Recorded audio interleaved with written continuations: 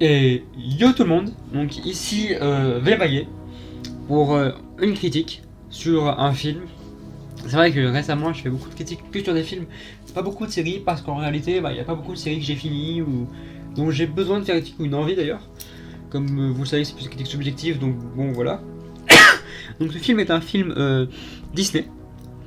Un film Disney qui est sorti au cinéma aux États-Unis et qui n'est pas sorti en France au cinéma, mais sur donc Disney+, la plateforme qu'on connaît tous pour ce qui est du Disney. Donc c'est un film sur un personnage Disney, et plus un vilain qu'un personnage Disney d'ailleurs. Même s'il y a des personnages qui sont on peut dire des héros de l'histoire dans les Disney. Donc c'est un film qui est sorti le 26 mai 2021 en France sur Disney+. Et donc ce film est le film Cruella, donc je vais vous faire une critique avec spoil. Donc c'est un film avec la méchante, et en réalité c'est pas vraiment la méchante de l'histoire, en fait c'est la méchante de l'histoire sans vraiment l'être, donc Cruella, qu'on connaît pour les 101 Dalmatiens, la vilaine des 101 Dalmatiens. C'est la vilaine sans vraiment être la vilaine, et la vraie vilaine va être la baronne. Parce qu'en fait, pour vous expliquer, le personnage de Cruella, en fait, elle est jouée par Emma Stone. Et en fait, elle arrivera avec sa mère enfant, je crois que c'est à Londres. Parce que sa mère, elle avait le choix de pouvoir être décoratrice et créer des costumes pour la baronne. Et en fait, elle va se faire tuer par la baronne. Mais Cruella pensait que c'était un accident, elle ne le savait pas encore. Et elle va se trouver enfant, seule. Elle va être... il y a deux personnes qui vont d'ailleurs la trouver, enfant. Donc c'est Jasper et Horace, qui sont deux orphelins qui vivent ensemble.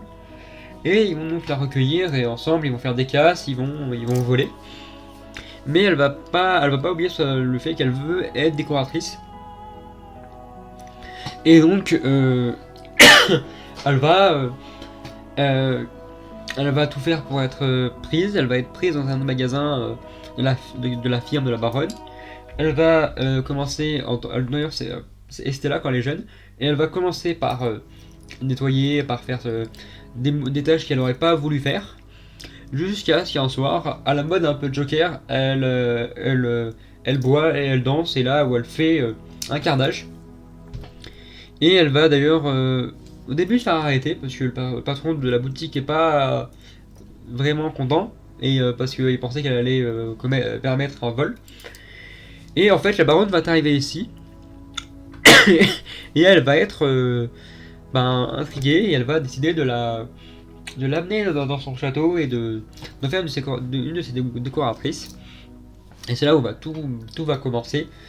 Parce qu'en fait, Estella va créer des robes, va créer des choses comme ça, et elle va être très heureuse de cette création.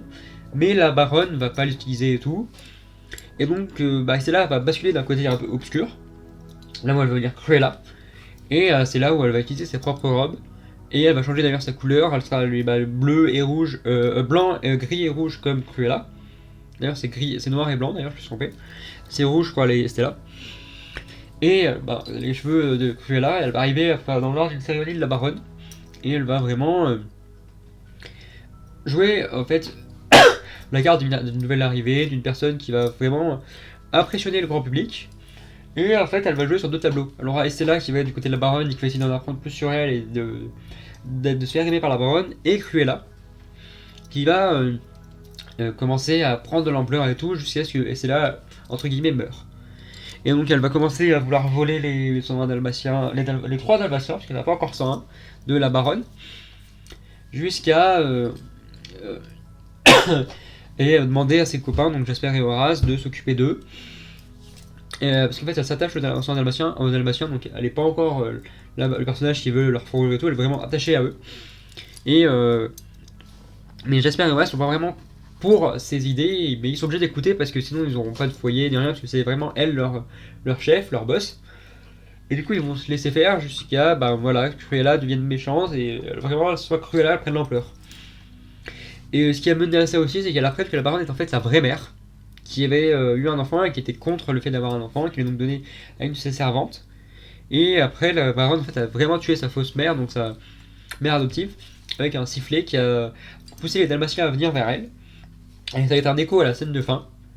Donc en fait, Cruella va faire la même chose, la baronne va encore faire la même chose à Cruella, mais Cruella va réussir avec un bateau, avec, j'ai plus en tête l'idée qu'elle a eue, mais avec une idée folle, à revenir, et donc à s'en prendre à la baronne, et à donc devenir vraiment la nouvelle personnalité à la mode en ville. Et ça va d'ailleurs mener à ce que la baronne n'ait plus son château, elle va d'ailleurs même, je crois, se faire arrêter, la baronne. Et c'est là où elle va arriver dans son château, et c'est là où on va avoir Cruella d'Enfer, donc Cruella Devil en anglais. Et donc c'est comme ça que ça va arriver sur le portail d'entrée. Les Dalmatiens vont quand même, je crois, être récupérés par la baronne. Et en fait, pour mener à l'histoire sur un Dalmatien, il y a deux amis qui sont Maya et je me trompe pas, je crois que c'est John ou Maya et Artie. Et qui vont avoir donc elle va leur donner deux Dalmatiens. Donc c'est là où peut-être que c'est les deux Dalmatiens qui vont créer toute la famille des Dalmatiens. Et c'est là où elle va commencer à arriver à vouloir l'ampleur. Ça c'est plus dans la suite. Où par ampleur elle va vouloir augmenter son travail, être meilleure dans son travail. Donc elle va vouloir des fourrures Dalmatiens et c'est là où ça va vraiment devenir la vilaine. Mais sinon pour vous parler de tout ce qui est donc entre Estella et Cruella, tout ce qui est le passage des deux personnages, Emma Stone joue assez bien l'idée. Et c'est vrai que c'est pas la Cruella qu'on aurait pensé dans la un Dalmatien, mais ça a en fait, ça a une idée. C'est un peu Joker, dans le sens où c'est quelqu'un qui se retourne contre quelqu'un de plus grand dans la société, mais elle va aussi se retourner contre la société, mais pas vraiment. Joker va vraiment se retourner contre la société en l'utilisant pour faire le mal, des choses comme ça, et elle va contre la société pour. En fait, la société va plus être impressionnée par ses coutures, par ce qu'elle fait, que par rapport au Joker qui est un peu le même style, même si c'est assez différent. Lui, les gens avaient peur, on était plus avec lui, mais beaucoup avaient peur aussi de ce qu'il faisait.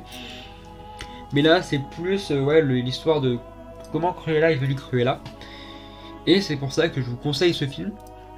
Il y a un peu d'humour, il y a un peu, pas vraiment de bagarre, mais un tout petit peu quand même si c'est vraiment peu. Et c'est vrai que même si on aurait voulu plus voir la Cruella qui veut aller sur un Dalmatien et tout, c'est quand même un film qui est assez bien et qui donne envie de voir une suite. Et j'espère d'ailleurs en voir une. Et vraiment, oui, je vous conseille d'aller voir ce film là avec Emma Stone qui joue hyper bien, qui ne dépassera pas les anciennes qu'on a eues parce que c'est vraiment les Cruella les plus impressionnantes qu'on ait eues, mais c'est quand même une bonne Cruella. Et du coup, je vous conseille vraiment ce film et c'était Vémaillé pour une nouvelle critique et ciao!